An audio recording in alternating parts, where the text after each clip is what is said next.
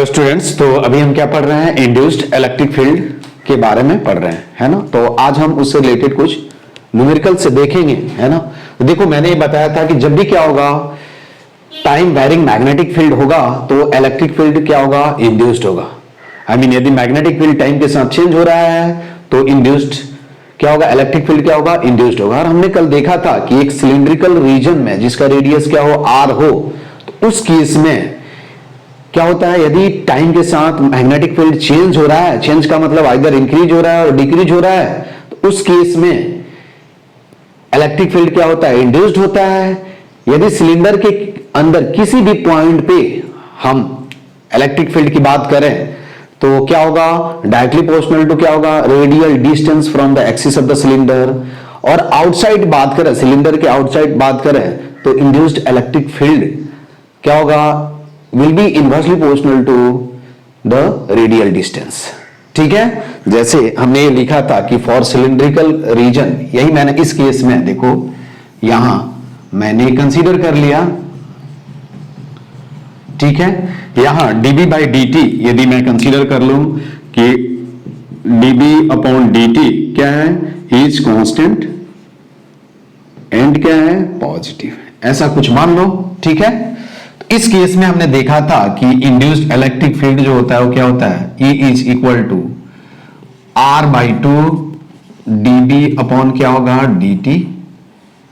ये जब R क्या होगा? Less than equal to R मान लो, इज इक्वल टू क्या होगा? R square by two R dB upon क्या होगा? dt। जब R क्या होगा? ग्रेटर देन इक्वल टू क्या होगा? R। ठीक है, ये दोनों केस में ये इंड्यूस्ड इलेक्ट्रिक फील्ड का क्या होता है? वैल्यू होता है। क्या होता है? इंड्यूस्ड इलेक्ट्रिक फील्ड का वैल्यू होता है। उसके बाद हमने ये पढ़ा था, क्या पढ़ा था कि ये याद रखना है कि यदि क्या होगा कि एक रॉड, ये क्या है? सिलिंड्रिकल रीजन है जिसमें क्या है? अगेन dB अपॉन dt क्या हो रहा है? कांस्टेंट है ना, ठीक है। तो इस केस में और रॉड क्या है? कहीं यहां रख दिया गया है, कहीं भी सेंटर से d डिस्टेंस पे, जिसका रॉड का लेंथ क्या है? AB है ना। यही सेंटर मान लो, यहां से d डिस्टेंस पे रखा गया है। और इस सिलेंडर का रेडियस क्या है? R है। ऐसे भी ये लेंथ हमने क्या माना था? L। तो इसमें जो EMF अपीयर होगा, EMF induced in the क्या होगा? in the rod is given as, ये बताया था, दो मेथड से बताया था, ठीक है। given as क्या होगा? देखो, EMF is equal to L D by 2 into dB upon क्या था? dt। ये मैंने ये बताया था कि यदि रॉड को सेंटर पे रख दें, क्या होगा? रॉड को यदि हम सेंटर पे रख देंगे तो इसमें इंड्यूस्ड ईएमएफ क्या हो जाएगा? जीरो हो जाएगा। हो जाएगा क्या हो जाएगा? इंड्यूस्ड ईएमएफ क्या हो जाएगा? जीरो हो जाएगा। यदि सरफेस पे रख दें, है ना, यहां यदि d इक्वल टू हम r रख दें, इस केस में देखो, इफ मैंने ये बताया था, एक पॉइंट बताया था कि इफ क्या होगा? d is equal to zero, तो देखो ईएमएफ अगेन क्या हो जाएगा? जीरो। और दूसरा पॉइंट ये होगा कि इफ क्या होगा? d is equal to r, तो ईएमएफ कितना हो जाएगा? ईएमएफ इस रॉड में कितना हो जाएगा? देखो, L इंटू R बाई क्या हो जाएगा? 2 dB अपॉन dt हो जाएगा। ये आपको मैंने बताया था, ये दो पॉइंट हमने डिस्कस किया था। उसके बाद और इंड्यूस्ड इलेक्ट्रिक फील्ड के बारे में भी हमने देखा था। अब क्या है कि यदि इस टाइप का कोई लूप दिया हुआ है, देखो ध्यान से, अगला जो एग्जांपल है कि सिलिंड्रिकल रीजन है, ये यूनिफॉर्म मैग्नेटिक फील्ड है, ये सिलिंड्रिकल रीजन, सिलेंडर है, ठीक है। इस केस में और यहां क्या दिया हुआ है कि dB upon dt is equal to क्या है? Alpha is greater than zero. Magnetic field क्या है? B जो है, इसमें B जो है वो क्या है? टाइम के साथ क्या हो रहा है? इंक्रीज हो रहा है, ठीक है। अब यहां देखो ध्यान से, इस केस में आप देखोगे, चलो ऐसे एक हम लूप कंसीडर कर लेते हैं, एक आर्क, ये भी पूछा जाएगा आपसे, है ना, कि एक आर्क, ठीक है,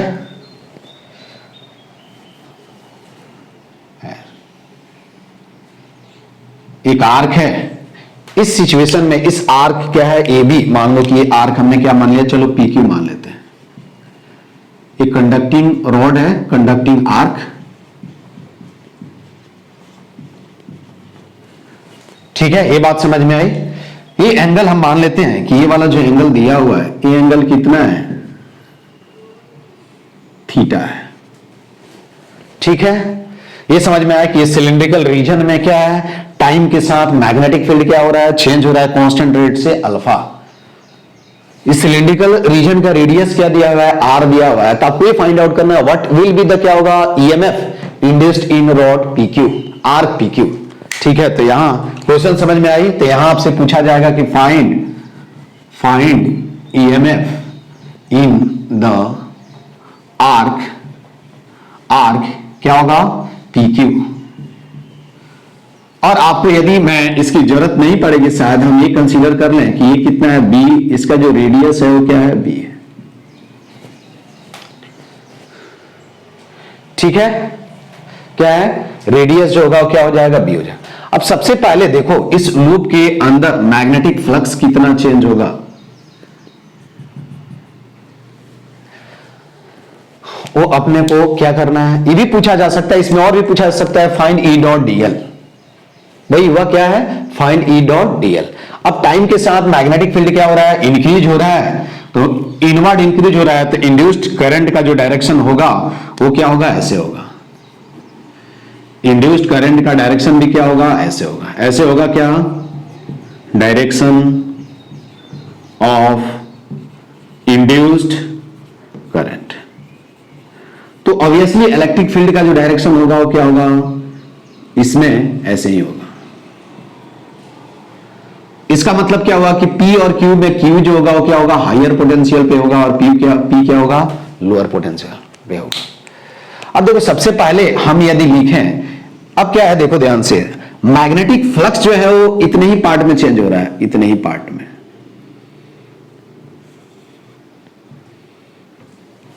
ठीक है। क्या होगा, मैग्नेटिक फ्लक्स इस लूप के हमने क्या किया है, ज्वाइंट करके एक एरिया बना दिया, एक सेक्टर बन गया, ठीक है। तो हम यदि लिखें कि magnetic flux through the sector क्या होगा, ओ पी क्यू ओ, तो क्या हो जाएगा देखो, तो इसी के थ्रू, इतना ही पार्ट के थ्रू चेंज हो रहा है ना मैग्नेटिक फ्लक्स, इतने ही पार्ट के थ्रू। तो पहले इसका एरिया लिख देंगे कि एरिया है ना, तो हम क्या लिखेंगे, जैसे मैंने बताया थे, डिराइव कर रहे थे, तो हम क्या कर रहे थे, सबसे पहले हम एक आर डिस्टेंस पे क्या कर रहे थे, फ्लक्स लिखने के लिए यदि आउटर साइड में फ्लक्स लिखना है तो टोटल फ्लक्स क्या हो जाएगा, यही हो जाएगा ना यार, यही होगा, इसी के अंदर फ्लक्स चेंज हो रहा है। एरिया जिस जिस रीजन में मैग्नेटिक फील्ड चेंज हो रहा है उस रीजन का एरिया इनटू मैग्नेटिक फील्ड। तो एरिया किस रीजन में चेंज हो रहा है, ये ध्यान देना है, केवल किस में चेंज हो रहा है, इस रीजन में। तो जब हम इसके थ्रू फ्लक्स लिखेंगे, ये मैग्नेटिक फ्लक्स यहां लिख दूं, मैग्नेटिक फ्लक्स थ्रू लूप क्या होगा,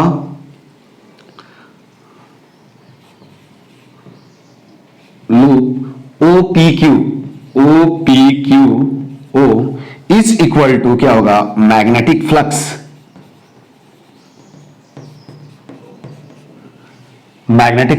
थ्रू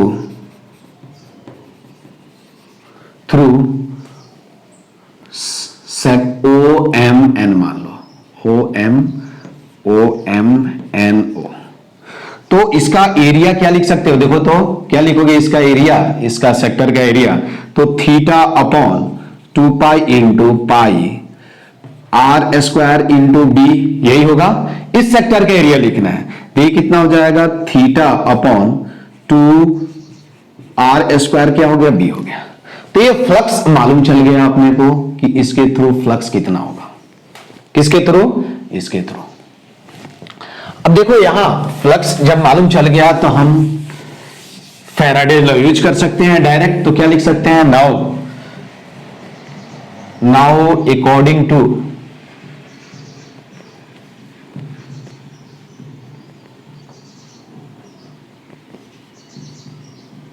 यहां तुम देखोगे कि ये जो फ्लक्स है, now according to Faraday's law क्या होगा, ईएमएफ इज इक्वल टू, यदि मैं लिखूं तो V Q minus VP is equal to क्या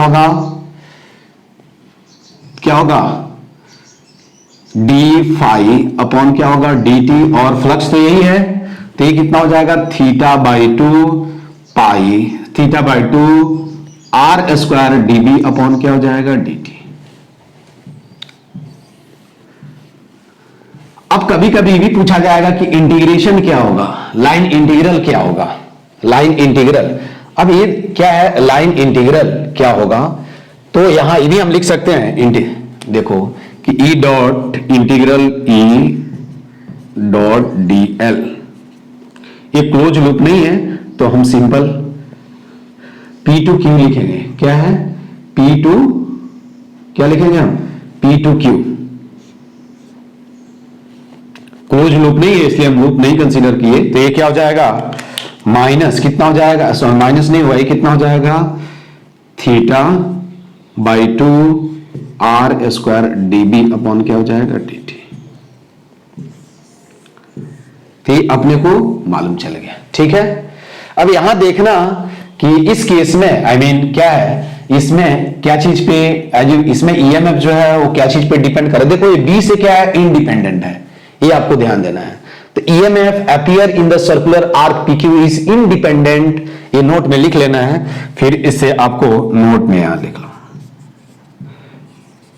ईएमएफ अपीयर इन द क्या होगा, इन द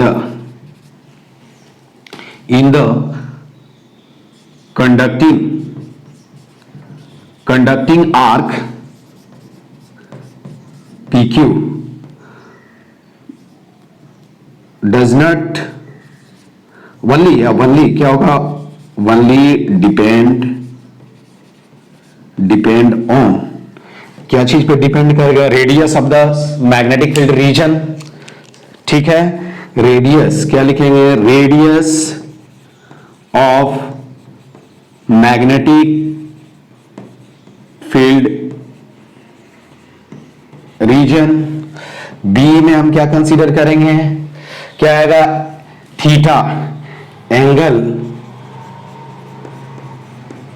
सबटेंडेड बाई क्या होगा, आर्क पी क्यू एट ओ, इसको लिख लो, ठीक है, वो दिया हुआ है, और rate of change in magnetic field, ठीक है, रेट ऑफ क्या होगा, सी जो है वो क्या है, रेट ऑफ, सी देखोगे तो उसमें rate of change in magnetic field,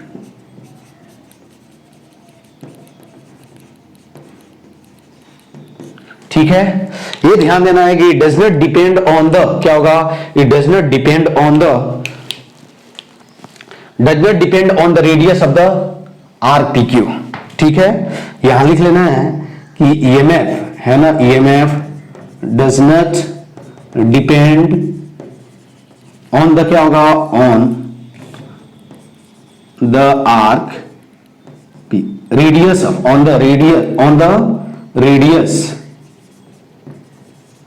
of arc P Q, ठीक है, उस पर डिपेंड नहीं करते। इसका मतलब क्या है, यदि थीटा सेम हो, कितना भी बड़ा आर्क हो, कितना भी छोटा आर्क हो, तो उस केस में ईएमएफ जो होगा क्या होगा, हर आर्क में क्या होगा, सेम होगा। जैसे एक एग्जांपल देखो, इससे बेस्ट, इस पे बेस्ट एक एग्जांपल देखो कि इस केस में हम ईएमएफ कैसे लिखेंगे। ये बात समझ में आई कि ईएमएफ इस केस में, आई मीन सर्कुलर आर्क के केस में ईएमएफ क्या चीज पे डिपेंड करेगा, radius of magnetic field reason, angle subtended by the arc PQ at the centre of the cylinder, rate of change in magnet. It does not depend on the radius of circular arc in which we want to find out the induced electric field, sorry, in which we want to find out the induced EMF, ठीक है।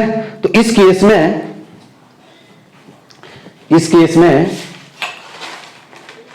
कुछ scene जो होगा वो, अब देखो इसी concept को हम यूज करके एक दूसरा सम देखेंगे। जिससे देखो यहां इस केस में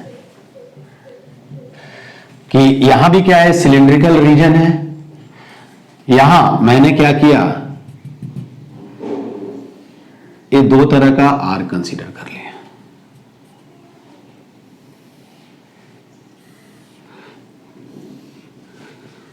ठीक है, ये थोड़ा आप ऐसे दिखाना।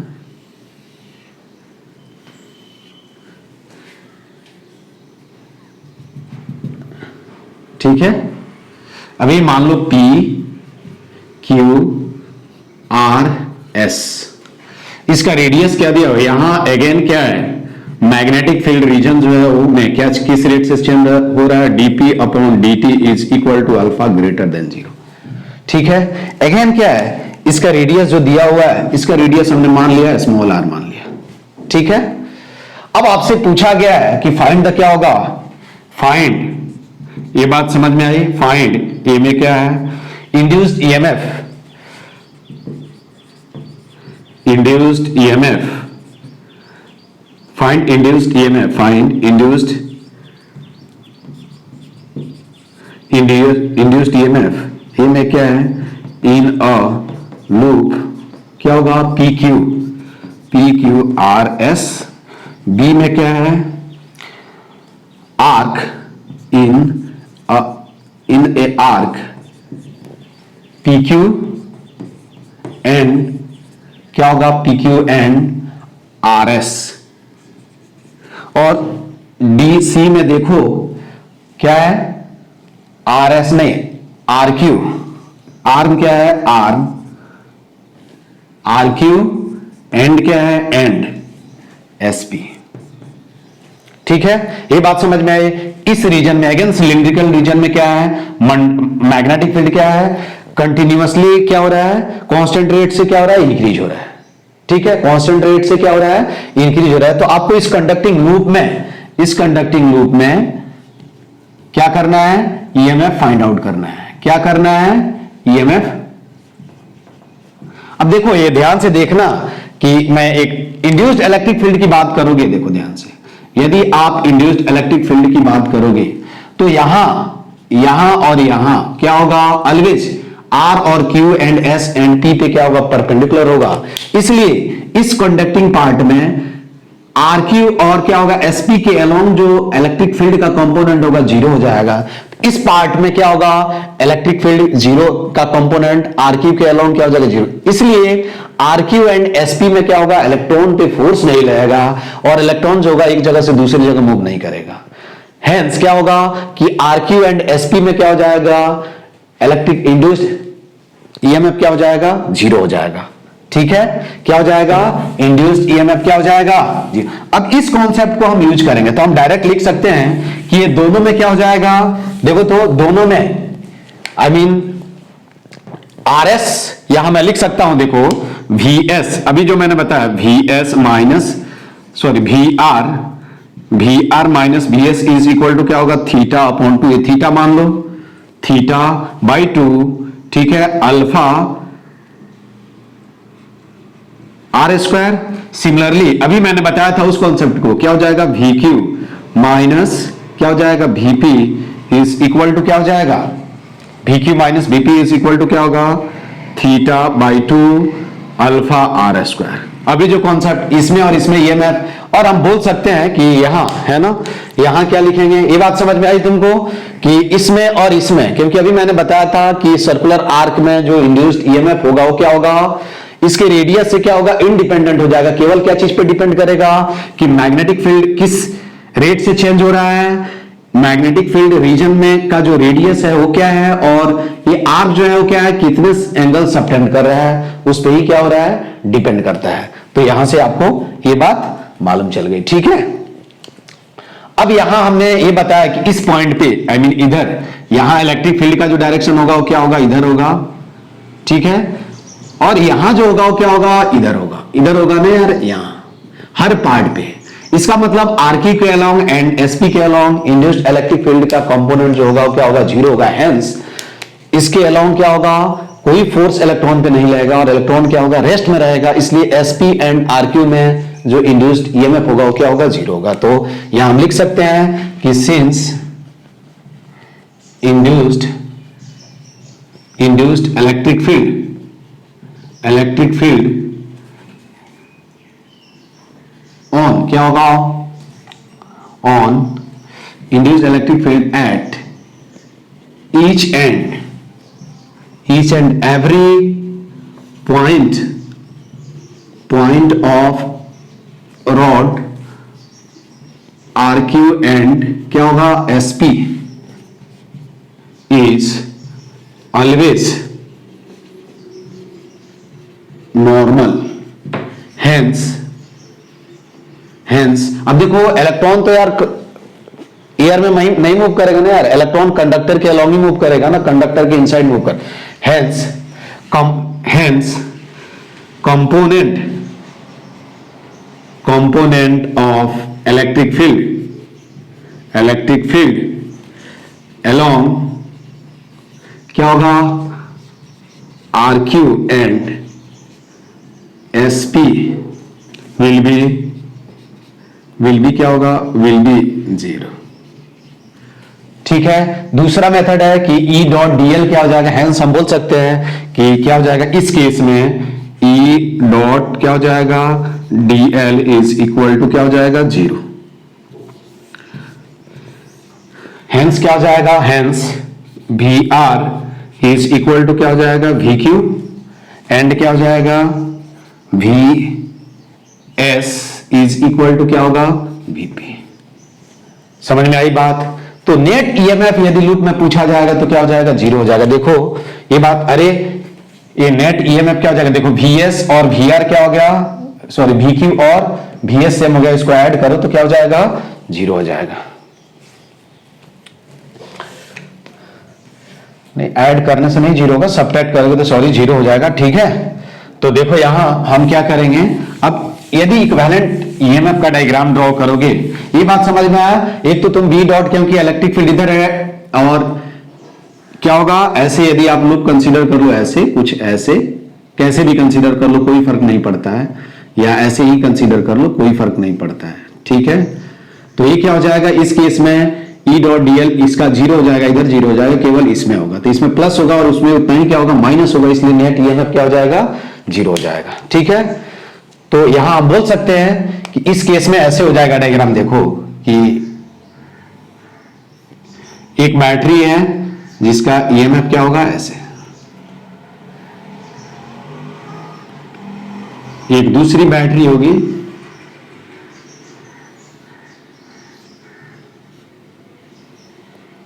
जिसका ईएमएफ क्या है, ऐसे है। दोनों का ईएमएफ क्या है, इसका ईएमएफ भी E हो गया और इसका ईएमएफ भी क्या हो गया, E हो गया। ठीक है, यही क्या हो गया तुम्हारा R, Q, P और S। तो देखो तो नेट ईएमएफ क्या हो जाएगा, यहां नेट ईएमएफ हम बोल सकते हैं ईएमएफ इज इक्वल टू क्या हो जाएगा, जीरो। क्या हो गया, ईएमएफ क्या हो गया, जीरो हो गया। तो यहां से मालूम चल गया कि EMF appear in this closed loop क्या हो जाएगा, विल बी जीरो। ये बात समझ में आई। दूसरा क्या है, जब भी E डॉट DL क्या हो, E और DL क्या होगा, परपेंडिकुलर हो जाए, तो उस केस में उसमें ईएमएफ क्या हो जाएगा। हमेशा याद रखना है कि यदि इलेक्ट्रिक फील्ड क्या हो जाए, इलेक्ट्रिक फील्ड जो हो जाए वो क्या होगा, रॉड पे परपेंडिकुलर हो जाए, तो उस केस में ईएमएफ अपीयर नहीं होगा। क्यों, क्योंकि रॉड के अलोंग कोई फोर्स ही नहीं लगेगा इलेक्ट्रॉन पे यार, तो रॉड के अलोंग इलेक्ट्रॉन मूव ही नहीं करेगा one place to other place, तो ईएमएफ डेवलप होने का कोई प्रश्न ही नहीं है। ठीक है, तो ये आपको क्या करना है, ध्यान देना है। जैसे एक और एग्जांपल देख लो, है ना, कि इस केस में यहां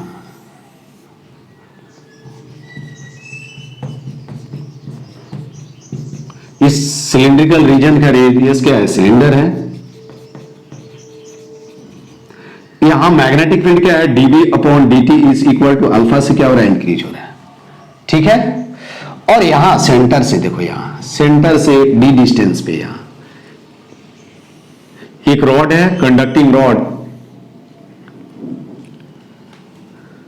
यहां से, हालांकि इसकी जरूरत नहीं है, कहां से, यहां से, है ना, यहां से d डिस्टेंस पे एक कंडक्टिंग रॉड जिसका लेंथ क्या है, L है, वो रख दिया गया है। ठीक है, ये एंड ए हुआ और ये बी एंड हुआ।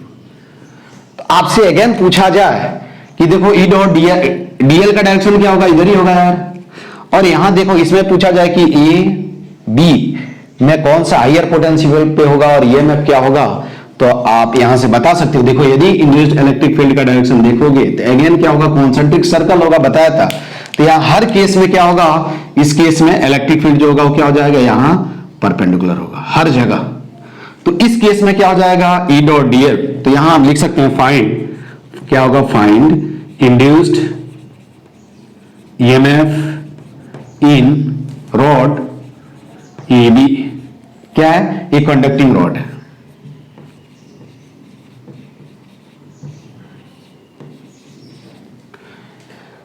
कंडक्टिंग रॉड है, इस केस में आप ईएमएफ कैसे कैलकुलेट करोगे, ठीक है। तो देखो यहां से ईएमएफ डायरेक्ट बोल सकते हैं कि हाँ ई डॉट डीएल क्या हो जाएगा, ई डॉट डीएल, क्योंकि डीएल क्या हो गया यार, लेंथ के अलोंग, आई मीन रॉड के अलोंग होगा और इलेक्ट्रिक फील्ड परपेंडिकुलर होगा, ये क्या हो जाएगा, जीरो हो जाएगा। तो हम लिख सकते हैं E dot dl E two क्या हो जाएगा, B is equal to zero, and this means क्या होगा, V A is equal to क्या होगा, वी बी। आई मीन इसका मतलब नहीं है हर जगह क्या होगा, पोटेंशियल क्या होगा, सेम होगा। पोटेंशियल डिफरेंस क्या हो जाएगा, जीरो हो जाएगा, ठीक है। आई मीन इसमें चेंज इन पोटेंशियल क्या हो जाएगा, इंड्यूस्ड ईएमएफ क्या हो जाएगा, जीरो हो जाएगा। दोनों एंड जो होंगे वो क्या होंगे, सेम पोटेंशियल पे होंगे। जो भी पोटेंशियल हो इसका, कुछ हो या नहीं हो, तो यहां क्या हो जाएगा, ईएमएफ क्या हो जाएगा, जीरो हो जाएगा, ठीक है। ये बात समझ में आई। तो ये इस टाइप के प्रॉब्लम हम क्या सॉल्व करते। अब एक दूसरा प्रॉब्लम ये पूछा जाता है, देखो क्या है कि अगला एक एग्जांपल देखो कि ये दो सिलिंड्रिकल रीजन है। देखो यहां एक सिलिंड्रिकल रीजन क्या है, ये जिसका रेडियस क्या है, हमने R1 मान लिया। इसमें मैग्नेटिक फील्ड देखो, मैग्नेटिक फील्ड क्या है, कभी ठीक है। अब यहां मैग्नेटिक फील्ड दिया हुआ है कि dp upon dt is equal to alpha greater than zero, ठीक है। तो आपसे ये पूछा गया, देखो यहां इस टाइप का कुछ डायग्राम दिया रहेगा ऐसे,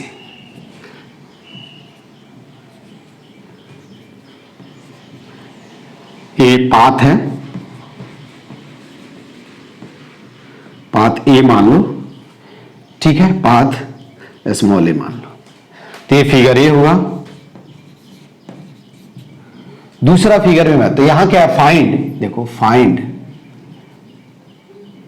क्या होगा, E dot DL, find E dot DL in some path. कभी कभी भी पूछा जाएगा, ठीक है ना। एक क्वेश्चन ये हो गया, ये फिगर ये हो गया। दूसरे फिगर में यहां देखो, दूसरा फिगर मैं ड्रॉ कर देता हूं कि यहां क्या हो रहा है, यदि ए देखो यहां भी सिलिंड्रिकल रीजन है और इसमें ऐसे बताया गया है कि ऐसे आपको क्या करना है, ये पाथ है, ठीक है। तो ये फिगर क्या हो गया, बी हो गया। अगेन इसका मान लो कि area of the cylindrical region क्या है, ये है, क्या है, area of the cylindrical region, I mean इस रीजन का जो एरिया है वो क्या दिया हुआ है, ये दिया हुआ है। और यहां जो मैग्नेटिक फील्ड जो चेंज हो रहा है, अगेन क्या है, dB अपॉन dt से इज इक्वल टू अल्फा से क्या हो रहा है, इंक्रीज हो रहा है इस रीजन में। तो आपको क्या फाइंड आउट करना है, find E dot DL in some path, ठीक है, in some path in figure A and क्या होगा, A and B, A and B. तो एक चीज आपको क्या करना है, यहां ध्यान देना। देखो अब ये क्या है कि फील्ड क्या हो रहा है, पहले गिवन क्या है हम देखते हैं।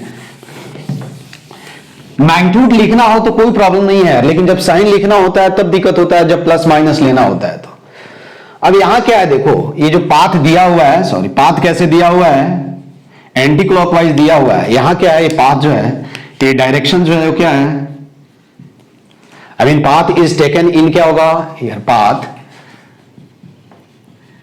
इज क्या होगा, टेकन इन क्या होगा anti clockwise, anti clock wise, hence क्या होगा हेंस इस एरिया आई मीन ये जो हेंस ये पॉजिटिव एरिया क्या होगा पॉजिटिव एरिया विल बी क्या होगा विल बी, देखो एरिया क्या होगा, अरे एरिया वेक्टर हम देखते थे ना यार डीएल को, ये पाथ दिया हुआ है कि ऐसे ही आपको क्या करना है इंटीग्रेट करना है, I mean E dot DL, इसको क्या बोलते हैं line integral of E over close loop, area will be क्या होगा positive area will B outward, क्या होगा पॉजिटिव एरिया विल बी क्या होगा आउटवर्ड, किधर होगा पॉजिटिव एरिया जो होगा वो क्या होगा बाहर होगा। अब देखो एरिया क्या है बाहर है और मैग्नेटिक फील्ड किधर है अंदर है, तो इस केस में यदि फ्लक्स थ्रू क्या लिखोगे flux through this loop I mean flux इसके थ्रू जो लूप लिखोगे वो क्या होगा flux through this loop I mean ये लूप मान लो या फ्लक्स थ्रू ए R1 मान लेते हैं, फ्लक्स थ्रू क्या हो जाएगा फ्लक्स, हेंस क्या होगा फ्लक्स थ्रू R1। अब देखो यही क्या होगा इसके थ्रू ही फ्लक्स होगा इसके थ्रू, तो फ्लक्स थ्रू R1 इज क्या होगा इज गिवन एज क्या होगा देखो फाई 1 इज इक्वल टू क्या लिखा मैंने B डॉट ए या A डॉट बी, यही होता है क्या। अब देखो यहां क्या है आउटवर्ड पॉजिटिव डायरेक्शन हम एरिया का ऐसे करेंगे इसके तरफ कर्ल करोगे, याद रखना है कि यदि लूप में क्या होगा लूप का डायरेक्शन यदि क्या हो एंटी क्लॉकवाइज हो तो एरिया क्या होगा आउटवर्ड पॉजिटिव होगा, यदि क्लॉकवाइज होगा तो एरिया क्या होगा नेगेटिव होगा, जैसे यहां एरिया क्या होगा नेगेटिव होगा। इस केस में बी डॉट ए जब आप लिखोगे बी डॉट ए क्या होगा B dot A is equal to क्या होगा बी ए कॉस ऑफ क्या हो जाएगा 180, क्यों क्योंकि यहां बी और क्या होगा इज एंटी पैरेलल टू क्या होगा एरिया वेक्टर इस केस में, तो ये कितना हो जाएगा माइनस बी इंटू क्या हो जाएगा ए हो जाएगा। अब यदि हम ईएमएफ लिखें ठीक है क्या लिखें ईएमएफ लिखते हैं तो फैराडेज लॉ के अनुसार क्या होता है देखो तो इंटीग्रेशन ई डॉट डीएल यही होता है ना इज इक्वल टू क्या लिखते हैं minus D phi upon D T is equal to क्या होगा माइनस ठीक है माइनस ऑफ क्या होगा B minus A D T minus minus क्या हो जाएगा प्लस हो जाएगा, तो क्या लिखेंगे ए डीबी अपॉन क्या हो जाएगा डी टी, ए डीबी अपॉन डी टी। अब ये देखो डीबी अपॉन डी टी क्या है प्लस है, तो यहां क्या हो जाएगा सिंपल हम क्या लिखेंगे प्लस ए अल्फा। इस केस में आपसे कोई पूछे कि ई डॉट डीएल क्या हो जाएगा तो क्या हो जाएगा ए प्लस अल्फा हो जाएगा। हमेशा ध्यान रखना है कि जो क्या है क्या यदि आप मैग्नेटिक फ्लक्स लिखो, देखो जब भी हम फ्लक्स लिखते हैं क्योंकि फील्ड इसी रीजन में चेंज हो रहा है, इसलिए जब हम फ्लक्स लिखेंगे तो ये वाला एरिया नहीं लेंगे, जितने रीजन में चेंज होता है उतने ही रीजन का एरिया इनटू मैग्नेटिक फील्ड लिखते हैं। इसलिए इस केस में ये ई डॉट डीएल का जो वैल्यू होगा वो क्या होगा ए प्लस अल्फा हो जाएगा। ये बात समझ में आई। अब हम आते हैं यहां इसका मतलब क्या है कि जो अब देखो ई डॉट डीएल यहां इंक्रीज हो रहा है, इसलिए ए डॉट डीएल पॉजिटिव आया, इसका मतलब क्या होगा कि जो हमने एक कंसीडर किया है वो क्या है इलेक्ट्रिक फील्ड का भी डायरेक्शन क्या होगा ऐसे ही होगा। यहां आप देख भी रहे हो कि इनटू फ्लक्स क्या है मतलब इनटू द प्लेन फ्लक्स क्या हो रहा है इंक्रीज हो रहा है, इसलिए इसमें इंड्यूस्ड करंट का कोई डायरेक्शन पूछे तुमसे इसमें कैसे होगा तो ऑब्वियसली क्या होगा ऐसे होगा यार, ऐसे ही होगा, यही होगा ना इंड्यूस्ड करंट का डायरेक्शन। और इंड्यूस्ड इलेक्ट्रिक फील्ड का भी डायरेक्शन क्या होता है करंट का direction, this is direction of क्या हुआ direction of induced electric field through induced electric. तो ऐसे यदि एरो दिया हुआ है इसका मतलब क्या है कि ये पॉजिटिव आया, इसका मतलब क्या है कि जो हमने ई डॉट डीएल कंसीडर किया आई मीन इलेक्ट्रिक फील्ड का जो डायरेक्शन होगा ये इसी डायरेक्शन में होगा। अब हम आते हैं फिगर बी में, तो फिगर बी में क्या है कि डायरेक्शन क्या है पाथ इज टेकन क्या है क्लॉकवाइज, ये समझ में आया। तो फिगर ए का आंसर ये हुआ। फिगर बी में क्या है पाथ इज टेकन क्या है पाथ, फिगर बी में देखो पाथ इज क्या है taken clockwise, hence area vector positive, hence A positive area will be taken into the क्या होगा इनटू द मैं क्या लिख रहा हूं इनटू द बोर्ड यहां बता रहा हूं, ठीक है, into the board, I mean अंदर होगा। तो देखो इस केस में हेंस मैग्नेटिक फ्लक्स यहां क्या हो जाएगा, हेंस फाई क्या हो जाएगा, देखो तो एरिया, और यहां क्या हो जाएगा इस केस में बी इज पैरेलल टू क्या हो जाएगा, ए हो जाएगा यार, क्योंकि एरिया वेक्टर का भी डायरेक्शन अंदर है और मैग्नेटिक फील्ड का भी क्या है, अंदर है, इसलिए बी डॉट देते हैं। हम क्या लिखेंगे, फाई इज इक्वल टू क्या लिखेंगे, बी ए। अब ई डॉट डीएल लिखोगे तो E dot dl equal to क्या होगा, close loop E dot dl is equal to क्या हो जाएगा, क्या होगा, E dot dl is equal to, देखो तो माइनस डी फाइव अपॉन क्या होगा डी टी। तो यहां क्या लिखोगे, माइनस ए डीबी अपॉन क्या लिखोगे, डी टी, यहां से वैल्यू रख दिया यार, और ये क्या है पॉजिटिव है, तो इसलिए यहां क्या हो जाएगा, माइनस ए अल्फा हो जाएगा। इसका मतलब इस केस में जो हमने इलेक्ट्रिक फील्ड का डायरेक्शन क्या है, इलेक्ट्रिक फील्ड का डायरेक्शन, यहां इलेक्ट्रिक फील्ड का अगेन डायरेक्शन क्या होगा, इलेक्ट्रिक फील्ड का डायरेक्शन क्या होगा, ऐसे होगा, ये क्या होगा, this is nothing but the direction of, यहां या यहां इस डायरेक्शन में इलेक्ट्रिक करंट का डायरेक्शन क्या होगा, इंड्यूस्ड करंट का डायरेक्शन ऐसे होगा आई। तो इलेक्ट्रिक फील्ड का भी डायरेक्शन किधर होगा, ऐसे होगा इंडिविजुअल।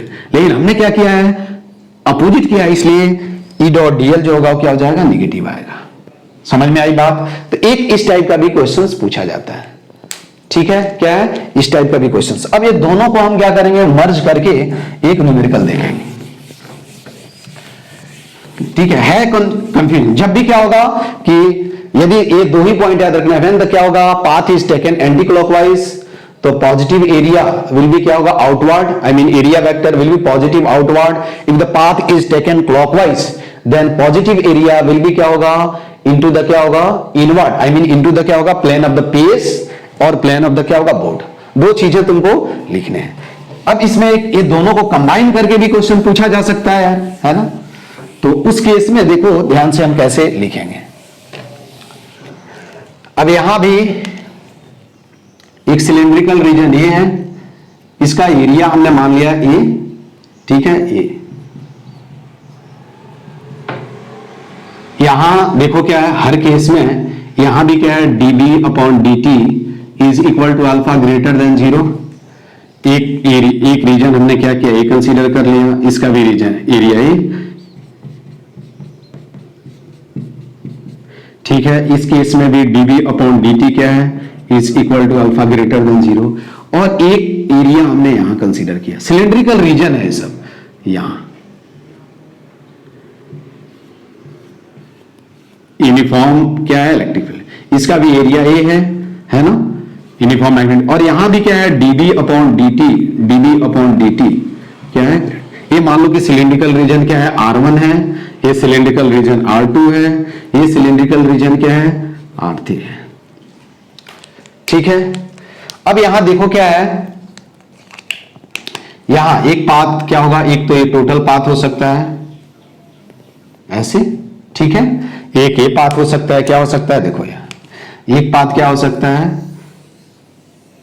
ऐसे हो सकता है ना, और एक पाथ ऐसे भी हो सकता है, क्या हो सकता है, एक पाथ ऐसे भी हो सकता है। तीन पाथ मैंने कंसीडर कर लिया, समझ में आया ना। और सबका मैं डायरेक्शन दे देता हूं और एक होमवर्क देता हूं, तुम लोग ट्राई करना है ना। क्या होगा, देखो इसका एरो मैंने ऐसे दे दिया, चलो सबका एरो ऐसे,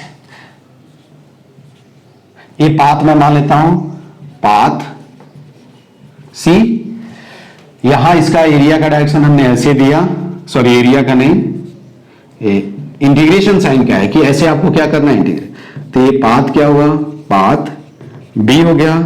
और एक हमने क्या कंसीडर किया, ये वाला कंसीडर किया है, ये वाला पाथ, ये वाला पाथ हमने क्या किया है, कंसीडर किया है। बात समझ में आई। देखो हर केस में क्या है, हर का एरिया जो होगा, देखो हमने क्या है, हर एंटी क्लॉकवाइज पाथ हमने तीनों पाथ कंसीडर कर लिया है। तो आउटवर्ड जो एरिया होगा वो क्या होगा, पॉजिटिव होगा, आई मीन आउट क्या होगा, पॉजिटिव, इनटू क्या होगा, तो यहां सबका एरिया आउटवर्ड पॉजिटिव। तो देखो इस केस में मैग्नेटिक फ्लक्स क्या होगा, पॉजिटिव होगा, इस केस और इस केस में मैग्नेटिक फ्लक्स क्या हो जाएगा, निगेटिव हो जाएगा, ठीक है। तो इस रीजन में क्या है, मैग्नेटिक फील्ड कितने रेट से, अल्फा रेट से, यहां भी क्या है, अल्फा रेट मान लेना तुम लोग, हर केस में अल्फा रेट, ठीक है। अल्फा रेट से क्या है, चेंज हो रहा है ना, हर केस में। ये क्या है, dB upon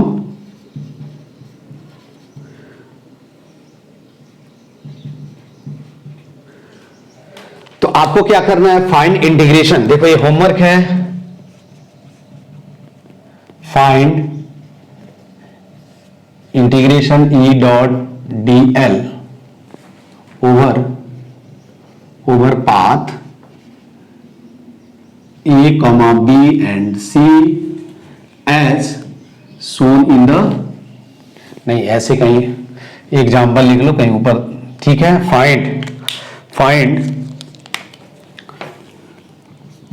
find E dot क्या होगा, dl over path A, B and क्या होगा C as shown in the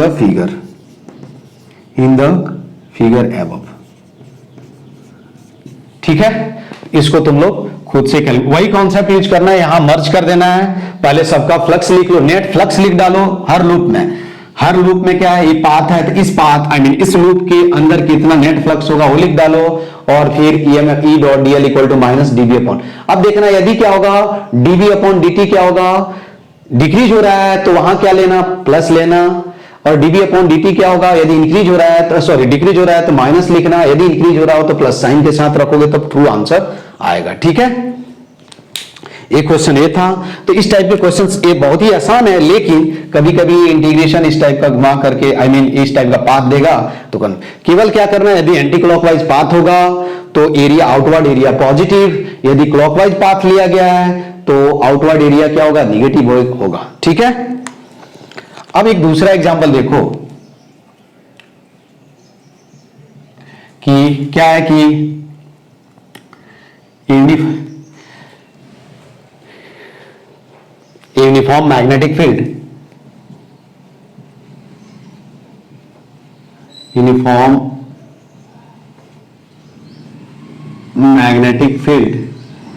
is exist in a cylindrical region of radius r. Now the magnetic field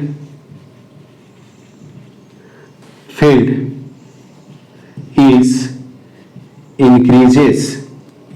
increasing at constant rate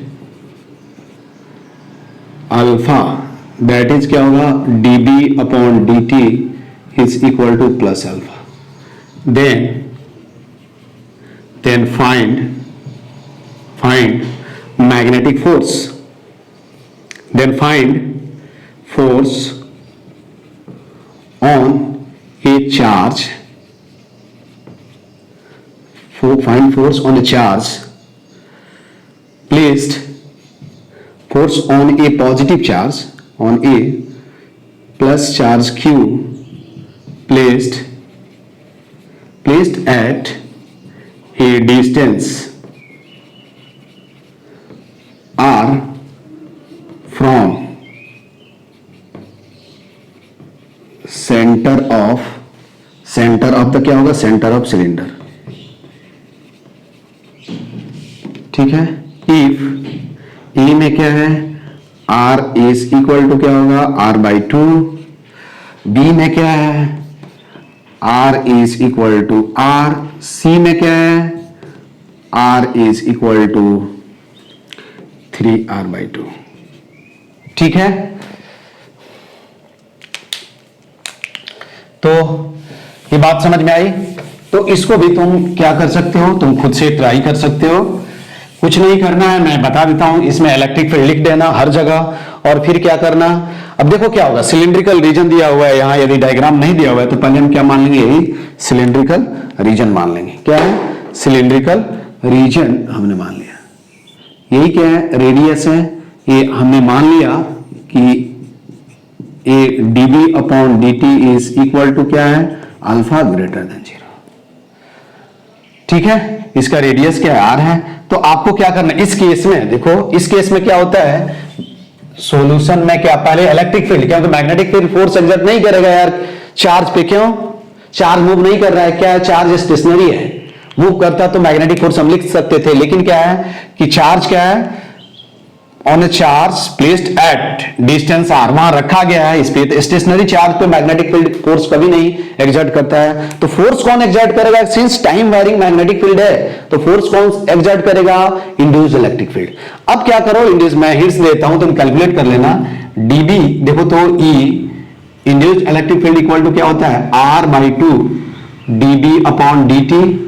यहां magnitude की मैं बात कर रहा हूं, ये कब होगा, जब R is less than equal to क्या होगा, आर इज इक्वल टू क्या होगा, R square by two R D B upon D T. ये तभी होगा जब क्या होगा, R is greater than equal to क्या होगा, आर होगा।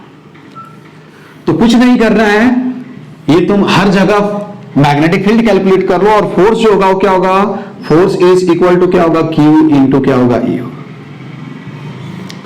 तो यहां से क्या करोगे, वैल्यू रख दोगे, तो हम यहां लिख सकते हैं कि जब क्या होगा, फोर्स इज इक्वल टू क्या होगा, एफ इज इक्वल टू क्या हो जाएगा, क्यू इंटू क्या हो जाएगा, आर बाई क्या होगा, two D B upon D T.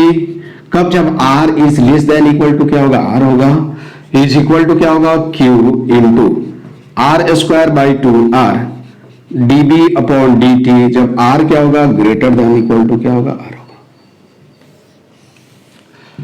तो ये आंसर हो गया इसका, क्या हो गया, ये आंसर हो गया। ठीक है, तो एक इस टाइप के भी क्वेश्चंस आपसे पूछे जा सकते हैं, डायरेक्शन पूछा जा सकता है। ठीक है, कि फोर्स का डायरेक्शन तो मालूम है कि चार्ज पॉजिटिव होगा, इंड्यूस्ड इलेक्ट्रिक फील्ड का डायरेक्शन क्या होगा, इंड्यूस्ड करंट के डायरेक्शन में होगा, डायरेक्ट इंड्यूस्ड करंट का। कहीं भी इंड्यूस्ड अंदर पूछा जाए बाहर पूछा जाए इससे कोई मतलब नहीं है। जब भी आपसे सिलिंड्रिकल रीजन के अंदर मैग्नेटिक इंड्यूस्ड इलेक्ट्रिक फील्ड के डायरेक्शन पूछा जाए, बाहर पूछा जाए किसी पॉइंट पे, तो डायरेक्ट क्या करो, इस कंडक्टिंग लूप में करंट लिख डालो, और जैसे ही आपने क्या किया, करंट लिख डाला, उसके बाद करंट के डायरेक्शन में ही क्या होगा, कहीं भी क्या होगा, इंड्यूस्ड इलेक्ट्रिक फील्ड का क्या होगा, डायरेक्शन होगा। ठीक है, अब इसके बाद हम एक और भी टाइप के क्वेश्चन इसमें जनरली पूछा जाता है। तो अब मैं दूसरा टाइप बताता हूं कि इसमें अगला जो टाइप है क्या है, कि हम पहले देख चुके हैं कि कोई भी यदि कंडक्टिंग लूप को यूनिफॉर्म मैग्नेटिक फील्ड में रख दें, क्या रख दें, यूनिफॉर्म मैग्नेटिक फील्ड में इस तरह रखें कि मैग्नेटिक फील्ड क्या है, परपेंडिकुलर है, तो उस समय जो लूप होता है कंडक्टिंग लूप या नॉन कंडक्टिंग लूप, क्या होगा, आई मीन कंडक्टिंग लूप, यहां non conducting loop, non conducting loop पे नेट टॉर्क क्या होगा, क्या होगा, नेट टॉर्क क्या होगा, जीरो होगा। हो भी सकता है और नहीं भी हो सकता है, जीरो होगा, या हम गलत बोल रहे हैं, हो भी सकता है नहीं भी हो सकता है। क्यों, क्योंकि टॉर्क जो होता है एम क्रॉस बी पे डिपेंड करता है। टॉर्क क्या होता है, M cross B, I mean M क्या है, मैग्नेटिक मोमेंट, और बी क्या है, एंगुलर, बी क्या है, मैग्नेटिक फील्ड। तो M cross B I mean M B sine theta, M B and उसके बीच एंगल क्या है उस पर डिपेंड करता है। यहां हम क्या करेंगे, देखो यहां उससे रिलेटेड थोड़ा सा अलग टाइप का हम प्रॉब्लम देखेंगे कि मान लो कि क्या है कि किसी रीजन में एक कंडक्टिंग, आई मीन क्या है, नॉन कंडक्टिंग रिंग है, चार्ज रिंग, जिससे चार्ज क्या है, प्लस की यूनिफॉर्मली डिस्ट्रीब्यूटेड है। उस रिंग का मास क्या है, एम है, और रेडियस क्या है, आर दिया हुआ है। अब क्या किया गया कि इसमें कई तरह से, एक तो ये हो सकता है कि यूनिफॉर्म मैग्नेटिक फील्ड परपेंडिकुलरली क्या है, एग्जिस्ट करे। अब मैग्नेटिक फील्ड को क्या किया गया, सडनली क्या किया गया, स्विच ऑफ कर दिया गया, रिमूव कर दिया गया। तो ये आपसे पूछा जाएगा कि उसका एंगुलर वेलोसिटी क्या होगा। एक तो क्वेश्चन ये हुआ। दूसरा क्वेश्चन ये भी पूछा जा सकता है, if the uniform magnetic field is increases at the constant rate something, then what will be the angular velocity, angular acceleration, कितना टर्न ये करेगा। यदि फ्रिक्शन पे हम फ्रिक्शन सरफेस पे रख देंगे तो उस सिचुएशन में क्या होगा। तो सबसे पहले यहां हम क्या करेंगे, थोड़ा एंगुलर इंपल्स का कॉन्सेप्ट हम यूज करें। एंगुलर इंपल्स में आपको याद दिला दूं कि एंगुलर इंपल्स क्या होता है, चेंज इन एंगुलर मोमेंटम, या torque into delta T is equal to क्या होगा, torque into delta T is equal to angular impulse, और क्या होगा, change in angular, linear impulse का मतलब क्या होगा, change in linear momentum is called linear impulse, change in angular momentum is called angular impulse. तो यहां थोड़ा हम टॉर्क से रिलेटेड कुछ कॉन्सेप्ट देखेंगे। तो मैं क्वेश्चन लिखता हूं, ये बहुत ही अच्छा क्वेश्चन है और इसको भी आपको माइंड में रखना चाहिए। ये आज का जो लास्ट लेक्चर है ईएमआई पे, इलेक्ट्रोमैग्नेटिक इंडक्शन पे आज क्या है, लास्ट लेक्चर है। देखो यहां क्वेश्चंस क्या दिया हुआ कि कंडक्टिंग रॉड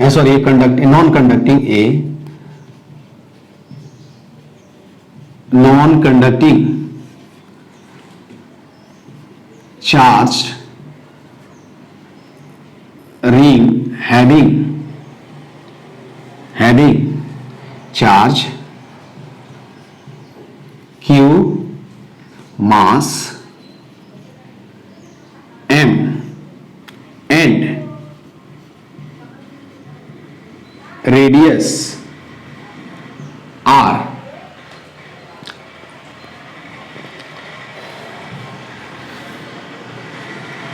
ये non conducting charge ring having charge q, mass m and radius r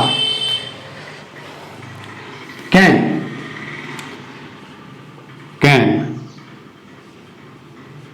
rotate about its axis in the magnetic field.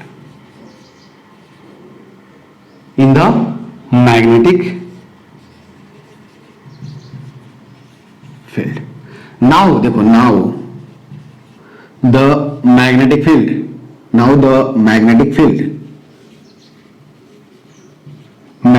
field is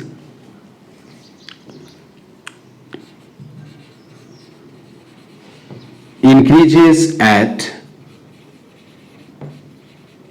constant rate beta as now the magnetic field start increasing, ऐसे लिखते हैं ना, now the magnetic field is start increasing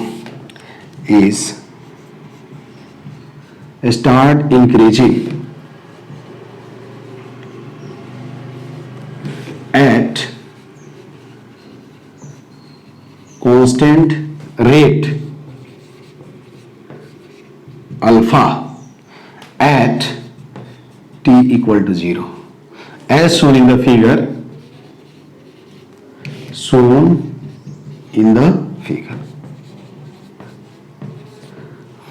Find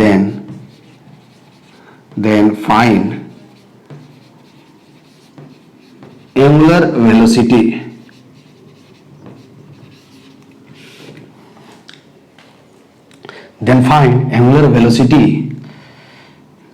क्या है, find angular velocity at the angular velocity of the ring at any time t. देखो क्या है, यही क्या है क्वेश्चन, देख लो ये क्या दिया हुआ है तुमको, ये यूनिफॉर्म, ये क्या है, एक नॉन कंडक्टिंग क्या है, रिंग है, नॉन कंडक्टिंग रिंग, ठीक है। इस पे चार्ज क्या है, यूनिफॉर्मली क्या है, डिस्ट्रीब्यूटेड है, इसका रेडियस क्या है, आर दिया हुआ। और मैग्नेटिक फील्ड क्या है, ऐसे है, इससे मुझे कोई मतलब नहीं है, यूनिफॉर्म मैग्नेटिक फील्ड है, ठीक है। अब क्या किया गया है कि t इक्वल टू 0 पे, देखो ये क्वेश्चन है, t इक्वल टू 0 पे ये magnetic field, uniform magnetic field को क्या किया गया, चेंज कर दिया गया, अल्फा रेट से क्या हो रहा है, इंक्रीज हो रहा है। तो ऑब्वियसली क्या होगा, इस रिंग में क्या होगा, इलेक्ट्रिक फील्ड क्या होगा, अपीयर हो जाएगा, क्या होगा, when the magnetic field start changing with time, then an क्या होगा, induced electric field will exist in the क्या होगा, रिंग। अब इस रिंग में इंड्यूस्ड इलेक्ट्रिक, देखो तो इनटू द क्या है, मैग्नेटिक फील्ड इंक्रीज हो रहा है, तो इसलिए इंड्यूस्ड इलेक्ट्रिक फील्ड कैसे होगा, ऐसे होगा। This is the direction of क्या होगा, direction of induced electric field, ठीक है। इंड्यूस्ड इलेक्ट्रिक फील्ड का क्या हुआ, डायरेक्शन अपने को मालूम चल गया। अब इंड्यूस्ड इलेक्ट्रिक फील्ड का मैग्नीट्यूड क्या होगा, ये सरफेस पे देखो तो E इज इक्वल टू क्या होगा, देखो R/2 dB अपॉन क्या हो जाएगा dt, और इसको लिख सकते हैं R अल्फा बाई क्या हो गया 2 हो गया। अब क्या होगा, देखो ये क्या होगा, क्वेश्चन ऐसे हो गया कि रिंग पे क्या होगा, ये रिंग है। अब मुझे मैग्नेटिक फील्ड से कोई मतलब नहीं है, अभी ये रिंग है, इस रिंग के टेंजेंशियल क्या है, इलेक्ट्रिक फील्ड लग रहा है, इलेक्ट्रिक फील्ड लग रहा है यार, है ना, ऐसे यही लग रहा है ना, देखो ऐसे ही लग रहा है ना, यही क्या यहां फिक्स किया होगा, ऐसे नहीं है, यहां ये फिक्स किया होगा, ठीक है।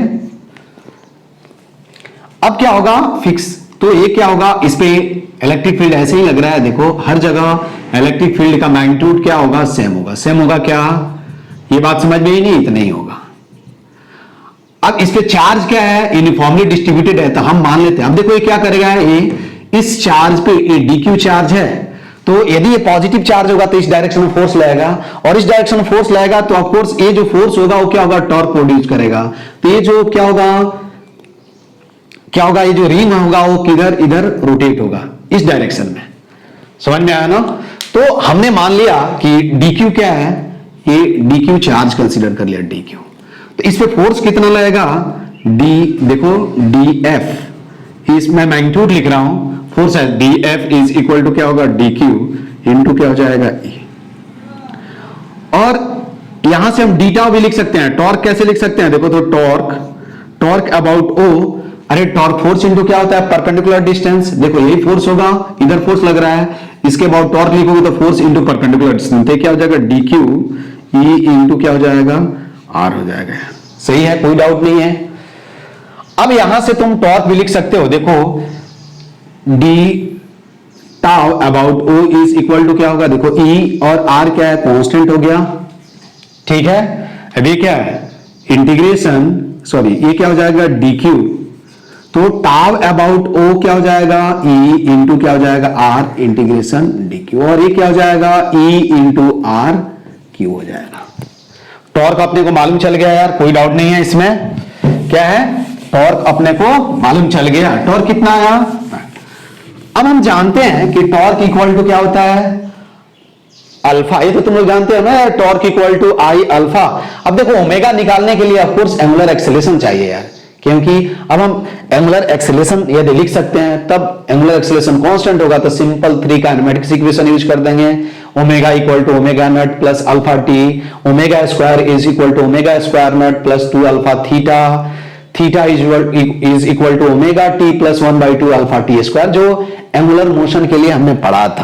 तो यहां से देखो, अब वहां रखो तो टॉर्क इक्वल टू हम क्या लिख सकते हैं, देखो I alpha is equal to क्या लिख सकते हैं, E I mean R square alpha by 2 क्यू, अरे यही होगा। यहां आई का वैल्यू, रिंग का मोमेंट ऑफ इनर्शिया क्या होता है, क्योंकि इसका मास भी दिया हुआ है, तो रिंग का मोमेंट ऑफ इनर्शिया क्या होगा, M R square alpha is equal to क्या है,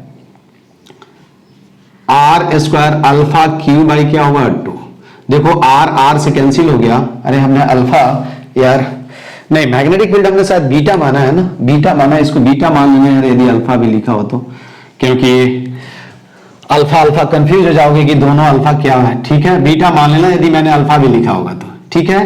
तो यहां अल्फा इज इक्वल टू क्या होगा, बीटा क्यू अपॉन क्या हुआ 2m। अब देखो ये अल्फा क्या हो गया, कांस्टेंट हो गया, बीटा, ठीक है, कांस्टेंट हो गया यार। अब हम क्या कर सकते हैं, जो भी पूछा जाए कि टी टाइम में कितना इसका एंगुलर डिस्प्लेसमेंट होगा, नंबर ऑफ रिवोल्यूशन, सब यहां से कैलकुलेट कर सकते हो। तो अल्फा कांस्टेंट हो गया, तो हम क्या यूज कर सकते हैं, देखो omega is equal to omega not plus alpha T.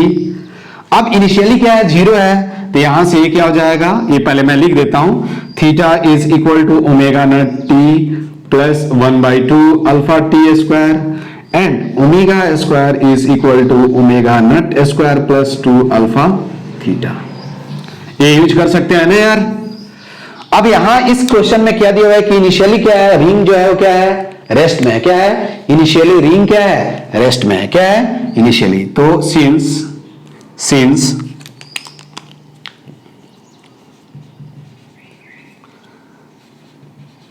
ring is initially at क्या है, rest, initially at rest, hence क्या होगा, ओमेगा नॉट विल बी क्या हो जाएगा, 0। तो यहां ओमेगा इज इक्वल टू क्या होगा, alpha T, theta is equal to 1/2 alpha T square, and omega is equal to क्या होगा, square root of 2 alpha theta. यहां से क्या करना, where alpha is equal to क्या है, beta Q upon 2m, value रख दो, तुमको आंसर में एक क्वेश्चन। तो देखो इसमें क्या था कि पहले हम क्या करेंगे, इलेक्ट्रिक फोर्स लिखे चार्ज पे। अब कभी कभी भी होगा, ये क्या हो सकता है कि चार्ज हो, क्या होगा, लैम्डा, क्या होगा इसमें, वो क्या करोगे, डेल्टा क्यू हमने लिख दिया, फोर्स लिख दिया। इलेक्ट्रिक, पहले इलेक्ट्रिक फील्ड लिखो, कैसे, इंड्यूस्ड इलेक्ट्रिक फील्ड, ये वाला फॉर्मूला यूज करके, ए डीवी ई, ठीक है। उसके बाद क्या करो, छोटा स्मॉल चार्ज कंसीडर करो, उस पे फोर्स लिखो, फोर्स लिख करके टॉर्क लिखो, किसके about, centre of the ring के अबाउट। फिर उसको इंटीग्रेट कर दोगे तो नेट टॉर्क मिल जाएगा। नेट टॉर्क जैसे ही मिला, उसके बाद torque equal to I alpha use करोगे, अल्फा मिल जाएगा। और फिर यदि अल्फा कांस्टेंट है तो हम ये लिखेंगे, नहीं तो यहां क्या लिखते, अल्फा इक्वल टू क्या होता है, D omega upon D T, और फिर इंटीग्रेट करके हम आसानी से क्या कर सकते थे, आंसर लिख सकते थे। क्या है, आंसर हम आसानी से लिख सकते थे, ठीक है। तो एक क्या होगा, इस टाइप का क्वेश्चन पूछा जाता है। दूसरा क्या है कि कभी इसी क्वेश्चन में यदि दिया हुआ हो कि सडनली क्या किया गया, मैग्नेटिक फील्ड को क्या किया गया, रिमूव कर दिया गया। दूसरा क्वेश्चन देखो, दो टाइप के इसमें क्वेश्चन पूछे जाते हैं। तो पहला स्टेप क्या है, find electric field. Second step क्या है, find electric force on the differential charge D Q.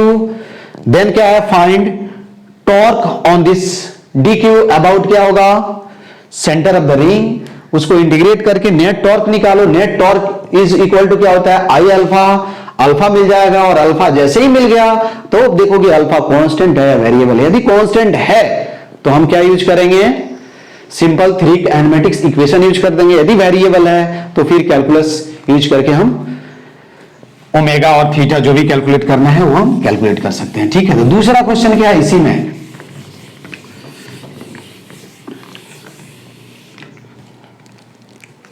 अब देखो क्या है दूसरा, सेकंड टाइप की, a non conducting ring of radius R, mass m, having charge q is placed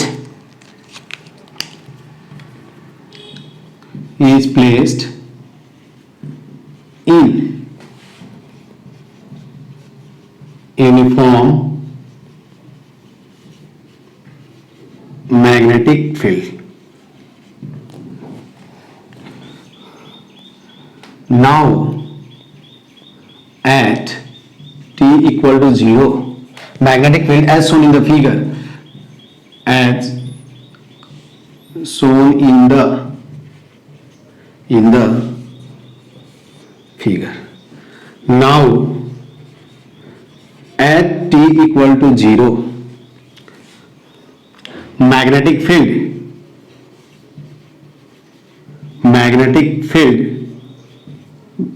B naught is suddenly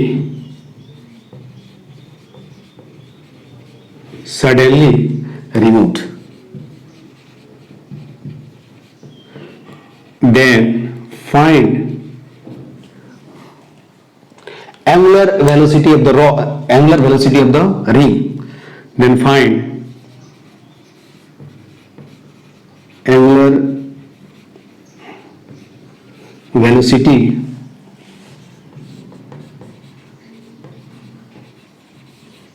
of the ring. देखो यही क्या है, ये रिंग है, यूनिफॉर्म क्या है, इलेक्ट्रिक फील्ड। रिंग पे चार्ज क्या दिया हुआ है, Q दिया हुआ है, ठीक है। Q Q दिया हुआ है और इसकी मैग्नेटिक फील्ड क्या है, B नट है इनटू द पेज। अब यहां ध्यान देना है कि देखो यहां क्या होगा, जैसे ही क्या होगा सडनली आप when the suddenly magnetic field क्या होगा, इज क्या होगा रिमूव्ड, देन क्या होगा इंड्यूस्ड इलेक्ट्रिक फील्ड विल क्या होगा exert an angular impulse on the क्या होगा ring, and because of that ring will क्या होगा start rotating about its own axis, इसके अबाउट क्या होगा रोटेट करने लगेगा। सडनली क्या होगा, जैसे सडनली क्या होगा एंगुलर इंपल्स लगेगा, क्या होगा तो यहां मैं लिख लेता हूं एक सॉल्यूशन में, फिर हम एंगुलर इंपल्स कैसे कैलकुलेट करेंगे, ये बात समझ में आई। तो इस केस में क्या होगा याद रखना है कि व्हेन सॉल्यूशन में लिख लेना है कि व्हेन क्या होगा when magnetic field is suddenly removed, then क्या होगा, then there will be क्या होगा an angular impulse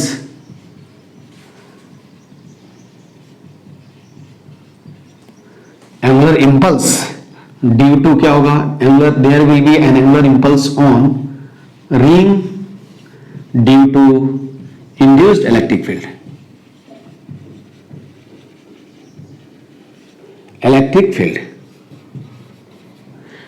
which causes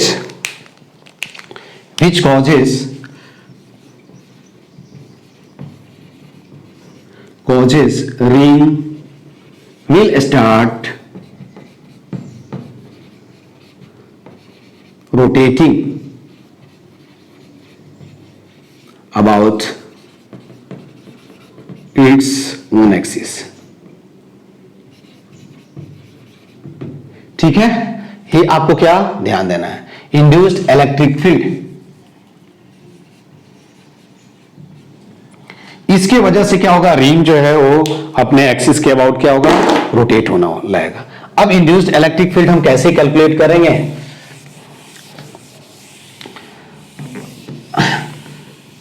देखो अब इंड्यूस्ड इलेक्ट्रिक फील्ड तो हम जानते ही हैं यार, फैराडे लॉ के अनुसार कि E इज इक्वल टू क्या होगा अगेन मैं R dB अपॉन क्या होगा dt, यही होगा। अगेन यदि आप फोर्स लिखोगे तो क्या लिखोगे, देखो मैं डायरेक्ट लिख देता हूं dF इज इक्वल टू क्या होगा dQ इंटू क्या हो जाएगा E। किसी टाइम इलेक्ट्रिक फील्ड क्या होगा ये जो होगा वो चेंज क्या हो जाएगा कांस्टेंट हो जाएगा, तो इसलिए हम इसको फिक्स मान लेंगे। तो ये क्या हो जाएगा, अब टॉर्क लिखो D tau about O is equal to क्या लिखोगे, देखो डी क्यू ई, ठीक है, इंटू क्या लिखोगे आर लिखोगे, कोई डाउट नहीं है इसमें, है ना। अब यहां से ये तुमको क्या मिल जाएगा, टॉर्क अबाउट क्या हो जाएगा ओ, रे मिलेगा ना। तो हम क्या करेंगे, देखो यहां से हम लिख सकते हैं torque about O is equal to क्या होगा ई इंटू आर इंटू क्या होगा क्यू।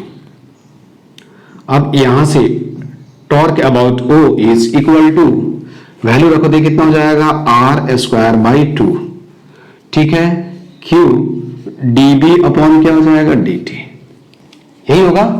अब हम यहां से लिख सकते हैं एंगुलर इंपल्स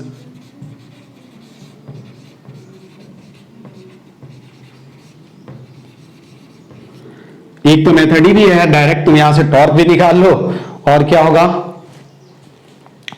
अब टॉर्क एंगुलर इंपल्स क्या होता है, देखो tau about O D T is equal to क्या हो जाएगा इनिशियल एफ माइनस क्या हो जाएगा एल आई, एल आई तो जीरो है तो ये कितना हो जाएगा आई अबाउट ओ इंटू क्या होगा ओमेगा, आई इंटू ओमेगा, है ना।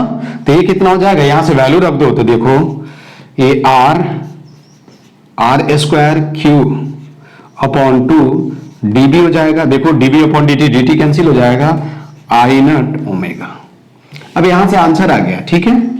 तो यहां से देखो ये बी हो जाएगा आर स्क्वायर क्या हो जाएगा आर स्क्वायर क्यू बाई 2, ये बी डीबी का इंटीग्रेशन बी इंटू क्या होगा M R square omega, R square से आर स्क्वायर कैंसिल हो जाएगा तो ओमेगा इज इक्वल टू क्या होगा क्यू बी अपॉन क्या हो जाएगा 2। इस कांस्टेंट एंगुलर स्पीड से क्या होगा, डिस्क जो होगा, सॉरी क्या हो जाएगा, रिंग जो होगा वो क्या होगा, रोटेट होगा।